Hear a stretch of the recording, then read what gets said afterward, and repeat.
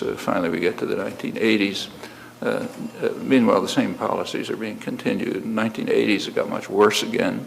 More progressive economic theory was introduced. The World Bank and the USAID devised a program to turn Haiti into what they called the Taiwan of the Caribbean, a flourishing, developed society. And the way they were going to do it was by following policies which happened to be the exact opposite of what Taiwan did. Taiwan became Taiwan because they disregarded the advice from the World Bank and the Western economists and so on, just as every developed society has done without exception, including the United States. So they disregarded it.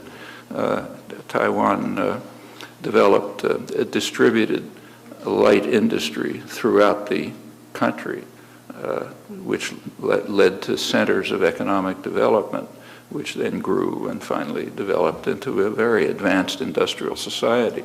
In fact, most of the high technology in China comes from Taiwan and also Japan and South Korea, but primarily Taiwan. Meanwhile, Haiti stayed Haiti because they followed the advice. They had to. It was at gunpoint. So they followed the World Bank, U.S. Treasury, USAID advice, which was to drive the population from the countryside even more so than before into the cities, where they could pursue their comparative advantage, which was working in assembly plants, U.S.-owned assembly plants, stitching baseballs, making textiles, horrifying conditions, mostly women.